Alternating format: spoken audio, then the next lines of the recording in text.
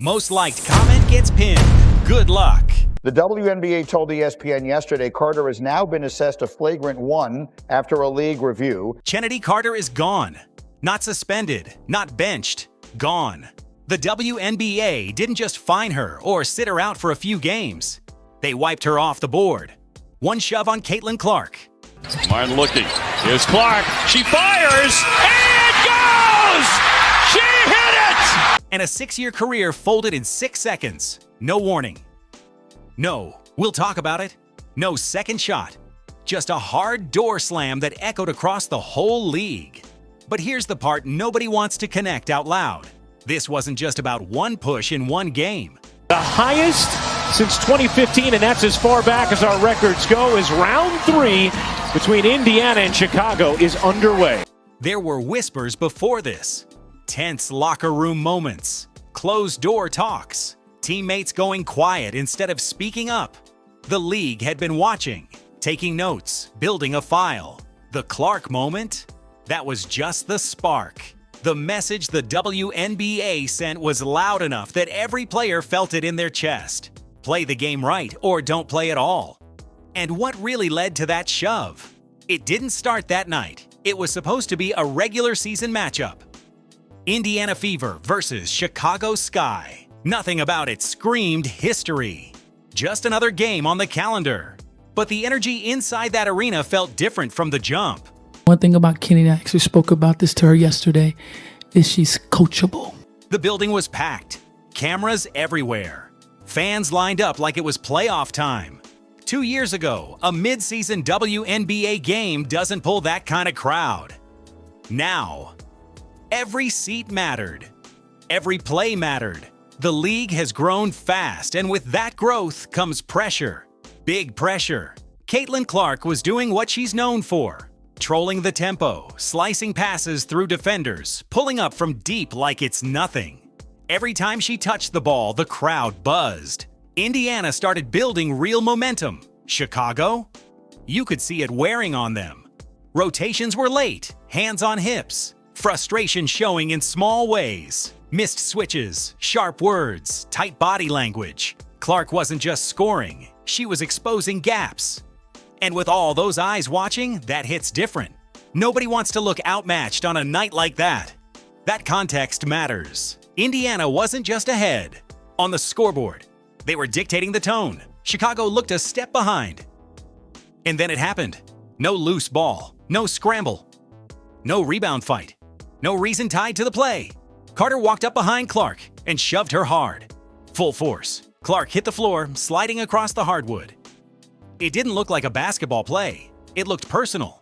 The arena went silent. Not the loud outrage kind of silence, the stunned kind.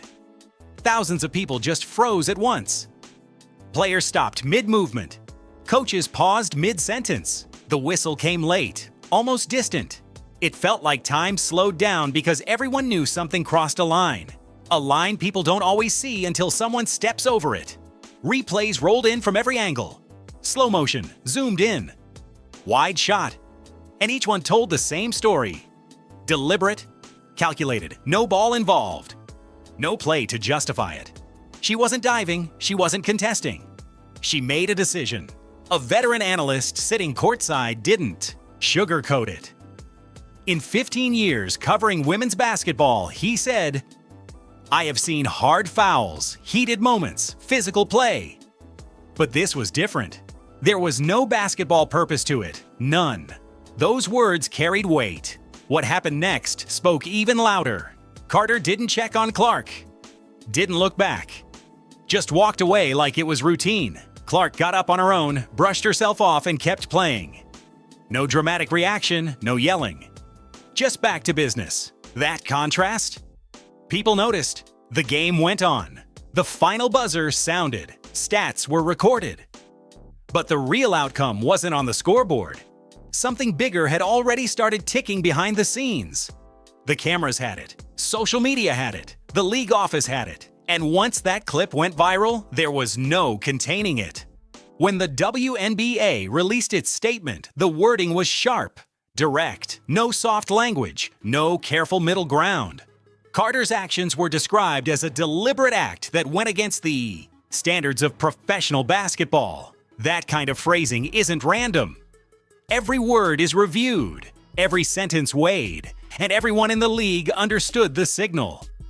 This wasn't just discipline. This was a stand. The punishment wasn't built to pass quietly. It was built to stick.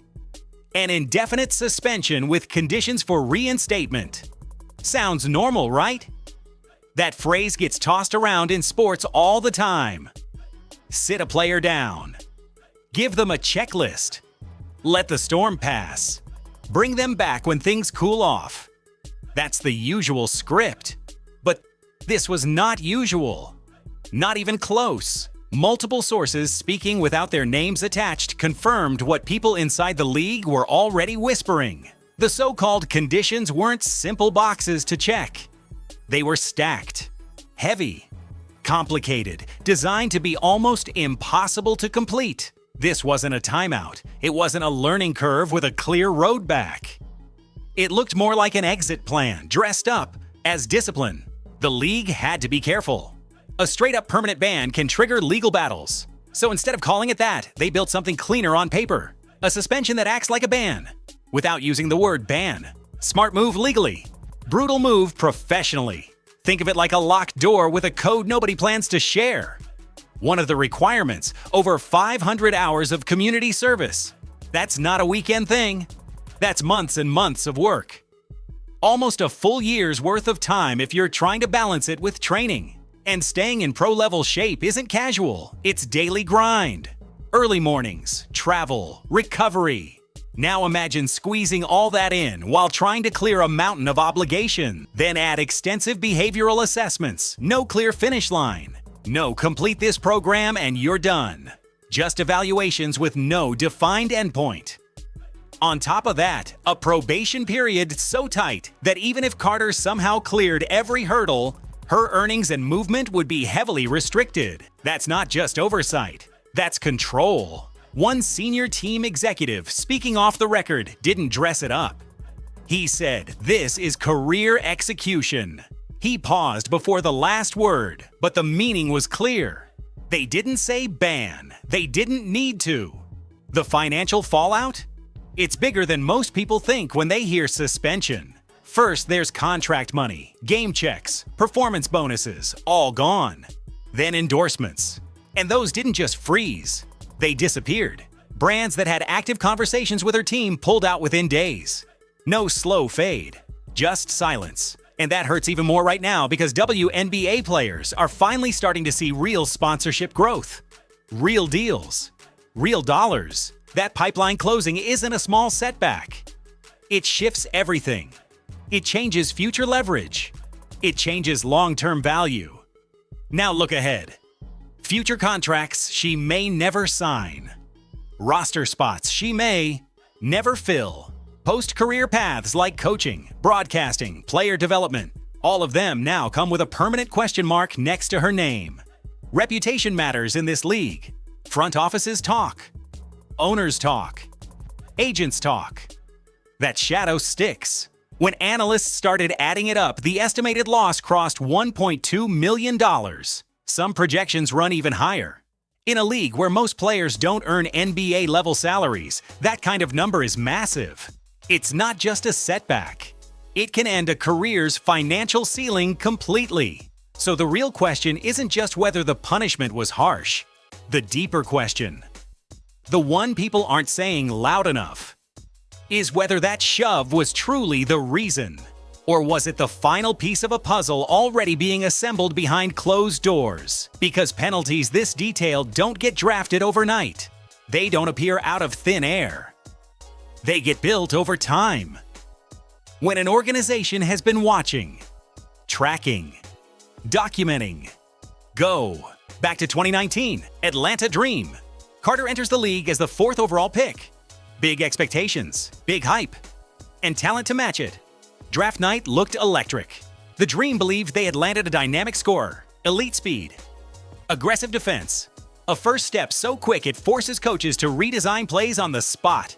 The fan base was locked in. The front office was confident. Everything pointed forward. But within months, quiet internal conversations started happening, the kind nobody wants to leak. A locker room confrontation between Carter and Courtney Williams escalated beyond simple frustration. It shook the organization.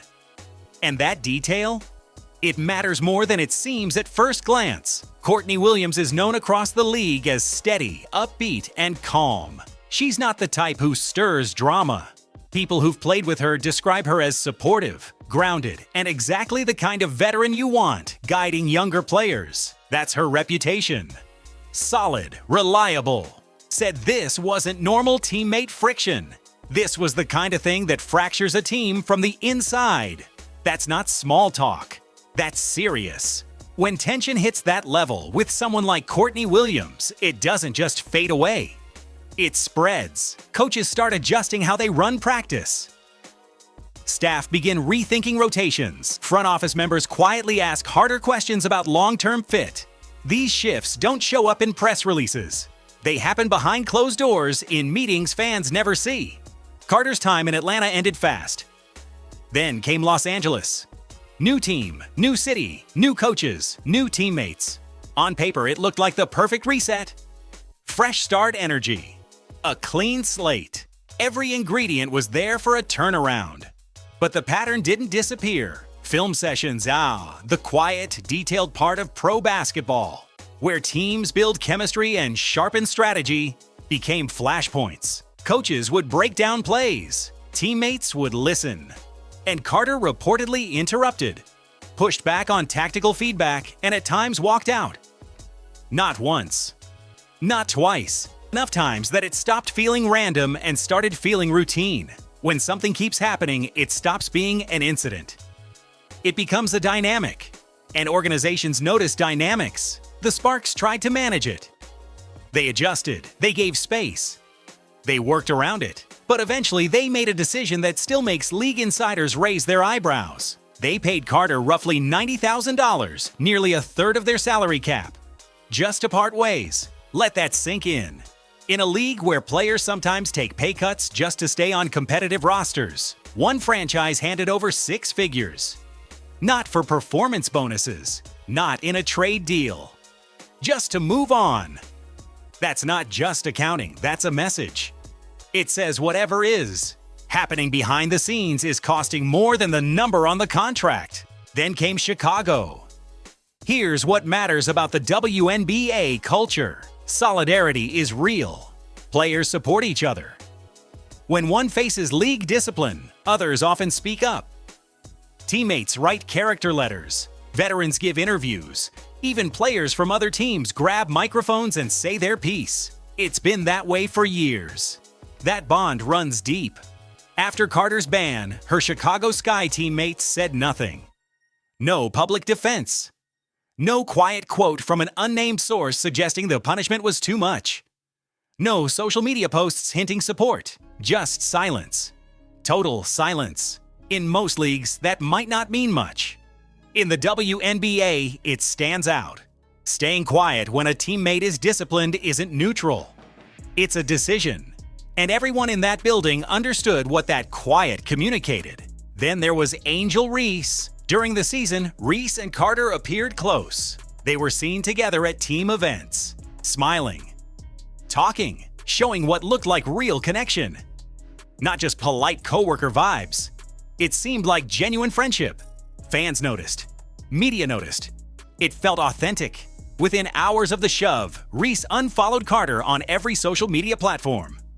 No announcement, no statement, no cryptic post, just gone. Clean, immediate, deliberate. That move spoke louder than any press conference. Reese didn't owe the public that action. She chose it. And in today's sports world, unfollowing someone that fast sends a clear signal without saying a single word. Angel Reese could have created distance quietly. She could have muted, adjusted settings, stepped back slowly so nobody caught it for weeks. Instead, the unfollow happened fast, visible, immediate. People noticed right away. Intentional or not, the message landed the same. Without saying a word, she showed where she stood. And if you look back, the signs were already there. In the weeks before the incident, social media was quietly telling a story. subtle unfollows inside the team circle, cryptic posts about respecting the game and knowing your role, team bonding pictures where nearly every player appeared at some point. Except Carter. One post alone means nothing. 2. Maybe coincidence, but stack them together and it starts forming a pattern. It looked like a locker room that had already begun creating space. Not overnight, not loudly, just gradually pulling back. These weren't random glitches in the feed. They were quiet signals from people living it every day. Watching something unfold that never made it into interviews, never showed up in official quotes, never became a headline, until it exploded in Indiana. And here's the part that hits hardest. It only would have taken 30 seconds to shift the direction of everything. 30 seconds. A simple acknowledgement, a direct apology, an honest "I crossed a line." That's it. Half a minute of accountability could have softened the fallout. Could have opened the door to repair. Could have slowed the storm. Carter had that moment at the post-game press conference. She walked in with her arms crossed, eyes rolling before the first question even landed. An audible sigh picked up by the microphone. The tone was already set. When a reporter asked about the incident with Clark, Carter said, "Actually, I'm focused on New York right now. I'm not really focused on that play anymore. It happened, okay. It's just basketball. It just happened, it's over with. I don't know why we're dragging it." The room went quiet, but not the stunned arena kind of quiet. This one felt heavy. When asked if she regretted not addressing it sooner, she said, "No, I don't have any regrets not addressing it right away." That answer echoed louder than the shove. League executives weren't just reacting to contact on the court. They were reacting to what came after.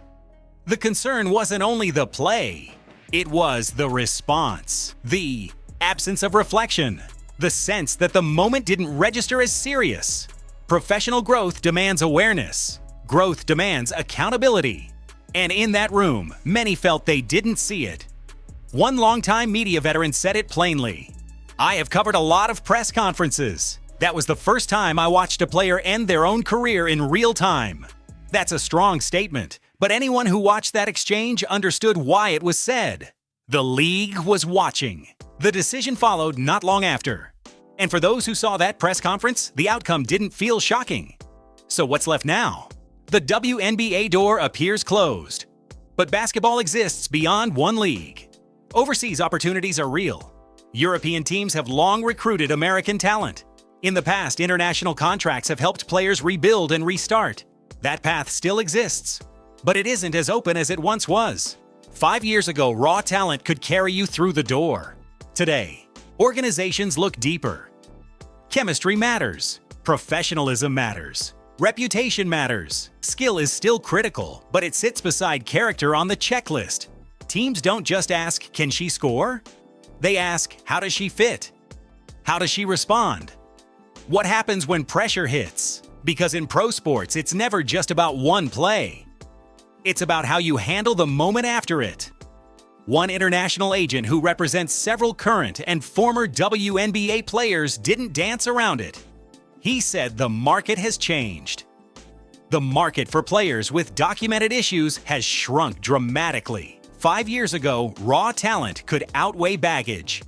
If you could score, teams would take the risk. That's not how it works anymore. For Carter, the combination is tough. A highly publicized ban. A record of tension with more than one organization. A press conference clip that spread everywhere for the wrong reasons. None of that fades quietly. It stays searchable. It stays attached. And overseas teams do their homework. Endorsement deals that were reportedly close to being finalized ended fast. Brands step back. Marketing departments protect image above everything. Right now, Carter's name comes with headlines companies don't want tied to their product. That's just business. When you compare the career she was projected to have, contracts, sponsorships, post-career media or coaching roles, to where things stand now, the gap is massive. Some estimates push that earnings difference past $4 million. That's not pocket change. That's generational security in a league where every contract matters. She's 25. The physical tools were there. Explosive first step. Real scoring ability. Defensive intensity that can shift momentum. The kind of skill set that could have built all-star appearances and long-term stability. But it wasn't an injury that changed the path. It wasn't random bad luck. It was decisions. And decisions don't fade on their own. You can't tell this story without talking about Caitlin Clark. Not because she was on the floor when it happened, but because of how she handled everything after. Clark is a rookie. First professional season. Already carrying enormous expectations. Media coverage at levels the league hasn't seen before. Every game dissected. Every move analyzed. Then she gets shoved to the floor on national television. Her response? She got up and kept playing. When reporters kept bringing up Carter in later interviews, Clark redirected the focus. Back to basketball, back to team goals. No dramatic sound bites, no extended commentary. She said, "I'm here to play basketball at the highest level. Everything else is just noise. My job is to help this team win games and continue improving every day." Simple. Direct. Composed. A former WNBA All-Star watching it unfold said, "You cannot teach that." That is leadership showing itself early. That comment stuck. Because poise, under pressure, isn't loud. It's steady. The contrast between the two responses is hard to ignore. One player lowered the volume and locked back in. The other walked into a press conference with arms crossed and frustration visible. Same incident. Two very different approaches. Meanwhile, the league itself is growing fast. Viewership up 87% year over year. Merchandise sales hitting record numbers. Clark is part of that growth wave. The WNBA is building momentum, attracting new fans, new sponsors, new attention. When the league handed down one of its strongest disciplinary actions in recent memory, it wasn't just reacting to a play. It was protecting the direction it wants to move in, protecting image, protecting growth, protecting stability. That decision from a business standpoint wasn't complicated. Carter had real talent. Speed that defenders struggled to contain. Finishing ability that could flip a game. Defensive fire that coaches love to see. But talent without accountability creates instability. And organizations at this level prioritize trust as much as skill. The league drew a line. Not just for one player, for everyone watching. Talent can open the door. Professionalism keeps it open. Carter's story will likely be told in team meetings and locker rooms for years. Not as a lesson about one shove. Not as gossip. But as a reminder of how quickly momentum can shift when growth stalls. The league keeps moving. New stars rise. New headlines form. Whether Carter finds a new path forward, that part is still unfolding.